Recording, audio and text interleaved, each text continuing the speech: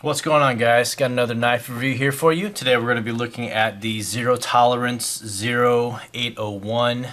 This is a Todd Rexford collaboration with ZT. This one is based off of the Todd Rexford Custom Singularity. If you guys are following or not following Justin Laffer JC is his YouTube channel name. Check him out. He's got a video actually of a comparison shot of this knife and an actual custom Singularity. So if you guys are into custom knives, you guys know that Rexford knives are near impossible to get. And if you are able to afford one on the secondary market, then you're in, you're in the market for cars and, those kinds of things, because those go well over $3, $4, $5,000 on the secondary market, whether it be the injection or the Singularity or any other models that Rexford has. The Epicenter all command a premium in the custom market. So ZT's been signing up a lot of custom makers, to do collaborations with them. Hinder is another big one for them. Most recently, the 0600 with the RJ Martin Q36 collaboration. This just another one, relatively for big knife collectors. This is a big name for ZT to get. Todd Rexford. I think, if you're just starting collecting, maybe you haven't heard of his name. You get into Chris Reeve or Striders or any of those other names. You start to learn about them, and Todd Rexford is one that you'll eventually get to know. And Rexford is based out of Colorado, if I'm not mistaken, if he hasn't moved. And so, again, this is a big sign for Zero Tolerance, and it's going to be a big hit. I also put in an order for Kershaw, the Kershaw injection, the 3830. That's a 3.5 inch model. It's a Kershaw China made knife, but based off the injection knife, which is a pretty sweet one. Triple R Design recently just released a TAD version of the injection. Anyway, I'm kind of digressing here. What we got here is a 3.5 inch blade, drop point blade of Elmax blade steel. Zero Tolerance has supposedly been improving their heat treat for the Elmax. So the verdict is still out. We don't know in terms of testing, but I know Jay Davis 882, now Davis Blade Works. He is doing a hard use test. I'm going to try to really put this through its devices as well, as much as I can. So I'm trying to carry this one as much as I can so that I can test it out just in everyday scenarios, whether it's stripping out boxes. I'm not going to videotape it or anything, but I'll be able to kind of just give my own experience later on down the road, because I do plan on customizing this knife just for my own usage. So anyway, this is a knife that if you guys watch Bauer Blade Works, he was talking about, he made a video talking about how this was a knife that he really didn't like, but was just tempted to buy. And so this was similar for me. I think it was a knife that wasn't all that appealing at first, especially with originally the black pocket clip, all the black hardware. I don't really mind the black hardware so much on this knife, and I'm actually going to leave it because I do plan on bronze anodizing these handles. But the black pocket clip was something that's really stuck out. It was a total sore thumb on this knife. So immediately I polished this one out with Scotch-Brite. Very easy to do with the Scotch-Brite pad, the green ones, and that black completely faded off, and now it's got this polished finish, which I actually like a lot more now, the look on this knife. But I have a Bill Yester 5 clip, titanium clip that he customized, that's on its way. Hopefully actually at home by the time I finish this review and go home, I'll be able to change it out. And the next time you guys see this knife, it'll probably have that clip. This will be bronze anodized. The clip will be bronze anodized, all electro anodized, and then the blade I'm probably going to do an acid stone wash, similar to this one right here on my 0560. So this one obviously blue anodized. So like I said, 3.5 inch blade on here. Pretty good thickness on blade stock, a 0.156 blade stock. And then two, full titanium slabs on here. So high quality materials, 6AL4V, titanium on the handles. Again, the clip is just a cheap steel clip, nothing special. Yeah. So also inside you got the KVT pivot bearing system. Great, works well for the most part. One thing on this knife,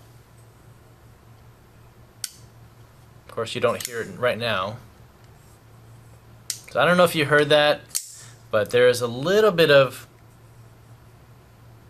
not hearing on there, but there was a lot of squeaking that I believe was from the detent ball riding against the blade. So you may or may not get that on yours. I took this apart, I lubed it, and occasionally there's still that squeak. Not a huge deal, actually not a big deal at all, because it's so inconspicuous, but thought I'd mention that. And then underneath the lock bar right here, you've got a steel insert for the lock bar, so you do have a steel and steel interface between the lock face and the lock bar, or the blade and the lock bar right there. You also have this milling job on the titanium scales. I don't know. I'm not that huge of a fan of it. I would love it if this blade was just plain, but as it stands, it's, I think to me it's not that big of a deal. Yeah, the design, yeah, it's kind of whatever for me. I could definitely do without it. I would much rather not have it, but as it is, it's not terrible.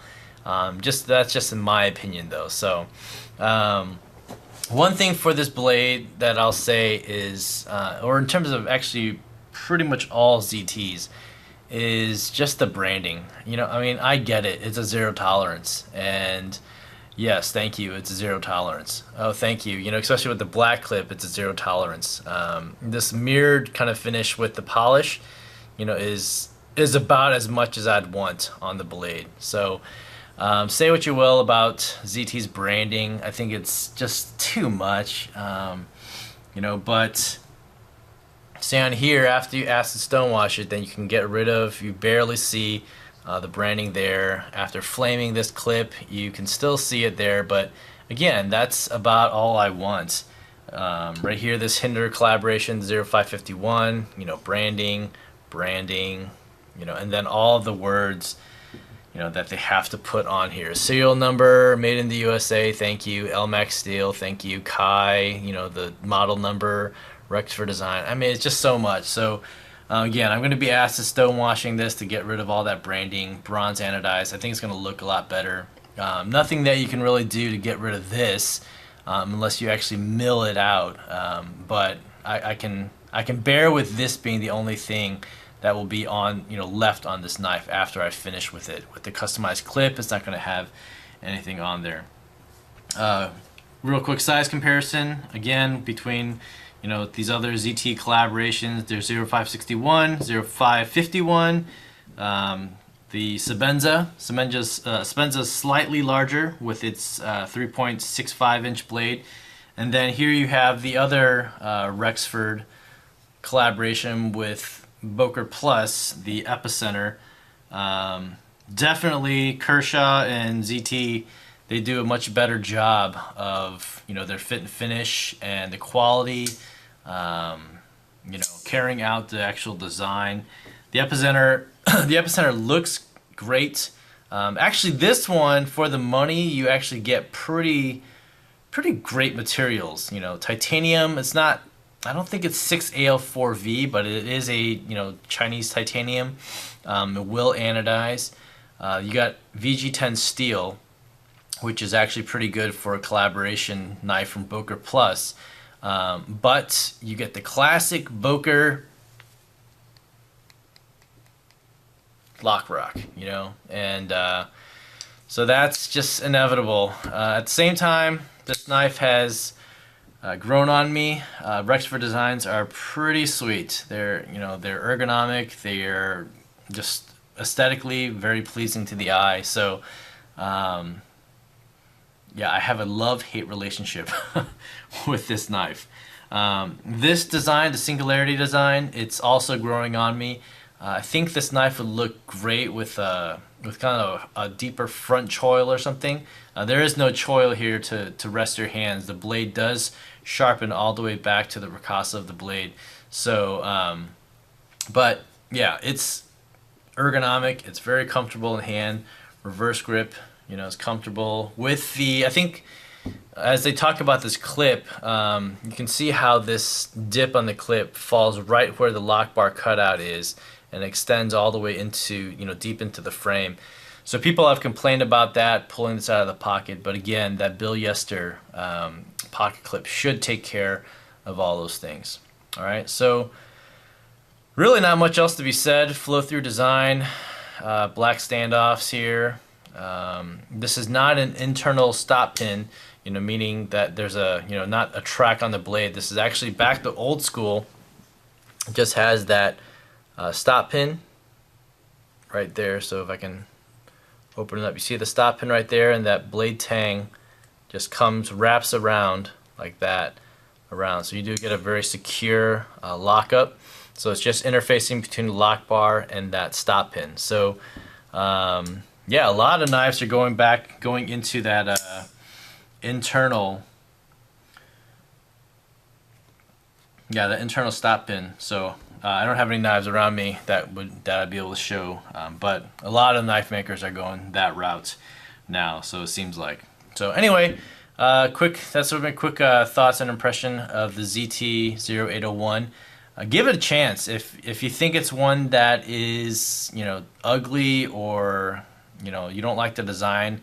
I would say give it a chance, because it has grown on me. This is one that I'm, you know, been carrying again for the past couple days, and I'm starting to like the blade shape a little bit more, the handle a little bit more, just appreciating the design of the Singularity.